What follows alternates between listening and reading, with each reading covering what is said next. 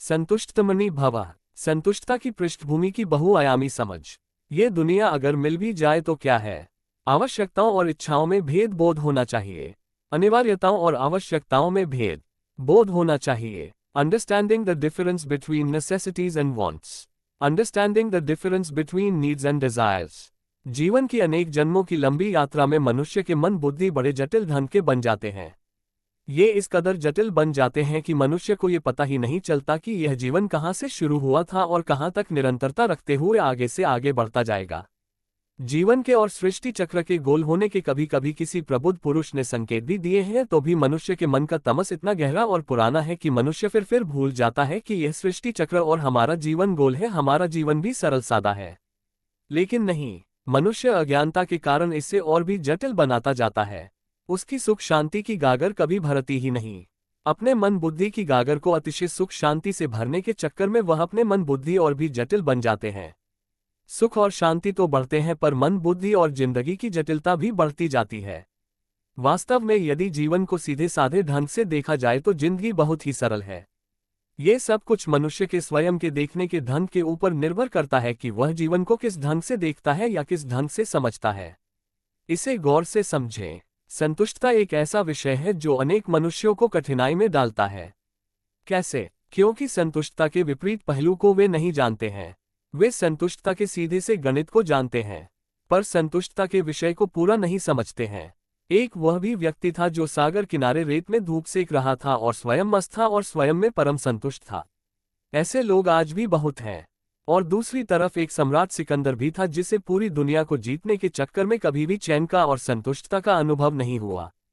उसकी आंतरिक स्थिति ही ऐसी थी कि उसने एक भिखारी जैसी मानसिकता में ही देह त्याग किया।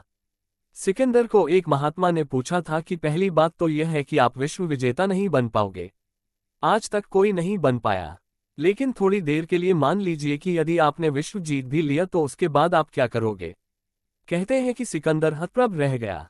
सिकंदर का हौसला तो वहीं उस पल से ही कम होना शुरू हो गया था। लेकिन अतिशय लोभ मन कब कहाँ मानता है। नतीजा ये हुआ कि भारत से लौटते वक्त ही रास्ते में ही उसकी जीवन लीला समाप्त हो गई। दुनिया जीतने के बाद तो रही दूर, वह वापस अपने वतन भी नहीं लौट सका। यदि एक आम इंसान से पूछो तो वह यही कहेगा कि यदि हम कोई इच्छा नहीं रखें और हम संतुष्ट होकर रहेंगे तो जीवन में विकास कैसे होगा? तब देश और दुनिया आगे कैसे बढ़ेगी? विज्ञान का विकास कैसे होगा? ये जो हम अपना बड़ा लक्ष्य बनाते हैं, यदि हम इच्छा ही पैदा नहीं करेंगे तो वह हमारा बड़ा लक्ष्य जो हम बनाते हैं या बना लिया है, वह हम कैसे बनाएंगे? लक्ष्य नहीं बनाएंगे तो उसे कैसे प्राप्त कर सकेंगे? हमारा दिव्य लक्ष्य हम कैसे और कर सकेंगे? बिना इच्छा के हम कार्य करने के लिए कैसे प्रेरित होंगे? कर्म और विकास के पीछे इच्छा तो काम करती है। बिना इच्छा के हम कैसे कर्मरत होंगे? जब हम इच्छा करेंगे और कर्म करेंगे और हमें सर्व प्राप्तियां होंगी तभी तो हम संतुष्टमनी आत्मा बन सकेंगे। ये हमारा सीधा सा तर्क होता है। ये तर्कसंगत बात अधिकांश लोगों को जचती भी है कि बात तो ये बिल्कुल ही सही है।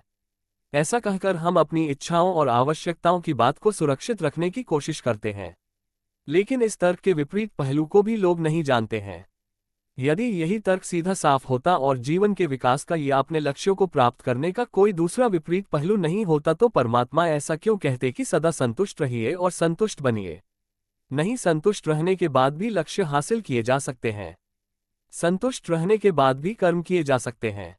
संतुष्ट रहने में एक बड़ा विज्ञान छिपा है। कभी कभी यह ऐसा भी हो सकता है कि एक संतुष्ट रहने वाला व्यक्ति बहुत साधारण जीवन जीता हो या साधारण रूप से रहता हो। ये भी हो सकता है कि एक संतुष्ट रहने वाला व्यक्ति तुलनात्मक रूप से बहुत सी स्थूल प्राप्तियों से संपन्न नहीं हो। लेकिन यह भी तथ्यात्मक मनोवैज्ञानिक सूत्र है और इसे हम पक्का समझे ले कि ऐसा संतुष्ट रहने वाला व्यक्ति श्रेष्ठ कर्मों की अनेकानेक लेवल्स को पार करते हुए अनेकानेक श्रेष्ठ प्राप्तियां करता है।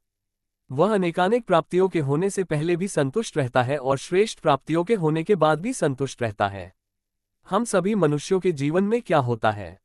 हम सबको जीवन जीने के लिए मौलिक आधारभूत आवश्यकताएं या अनिवार्यताएं तो चाहिए होती हैं। लेकिन जीवन की मौलिक आधारभूत आवश्यकताओं का उपभोग करते करते हमें ये पता ही नहीं चलता कि कब और कैसे हमारी आवश्यकताएं अनिवार्यताएं इच्छाओं का रूप ले रही होती हैं। आवश्यकताओं के नाम पर हम अपनी आवश्यकताओं का भी विस्तार करते जाते हैं। नीड्स अलग बात है, वॉन्ट्स अलग बात ही। हमारी नीड्स कब बदलकर वॉन्ट्स बन जाती हैं हमें पता ही नहीं चलता। फिर वे वांट्स हमारे पूरे जीवन में इंद्रियों के लेवल्स पर भी फैलती चली जाती हैं।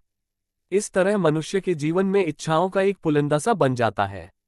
इस तरह ही मनुष्य उन तमाम प्रकार की इच्छाओं के पुलिंदे के तले स्वयं हो बंधा हुआ अनुभव करता है। वहीं से शुरू होती है दुख और अशांति की जीवन यात्रा। इसको ही कहा है कि desire is the root cause of all sufferings. ये भी कहा है कि ego is the root cause of all sufferings. There is deep connection between desires and ego. मनोवैज्ञानिक तौर पर इच्छाओं और अहंकार में परस्पर गहरा संबंध होता है। इसलिए अपनी नीड्स को वांट्स मत बनने दें। अपनी आवश्यकताओं अनिवार्यताओं को इच्छाएं नहीं बनने दें। इस मामले में स्वयं को अनुशासित करें। स्वयं को डिसिप्लिन रखने पर ध्यान रखें। स्वयं को संतुष्ट स्थिति में रखने वाली आत्माएं वास्तव में ही सच्ची संतुष्टमनी आत्माएं होती हैं। हो सकता है कि इसका उनको स्वयं को भी चेतन रूप से पता नहीं चले कि वे वाकई अनेकानेक प्राप्तियों से संपन्न बनने वाली आत्माएं हैं। पर यह तथ्य और सत्य है। इसको हम संक्षिप्त में ही समझ लें।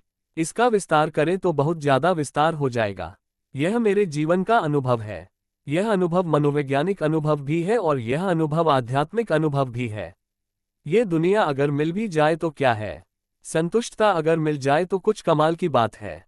गहन समझ और योग के अनुभवों से संतुष्ट रहने और अनुभव करने की सभी स्थितियां बनती हैं। Thank you.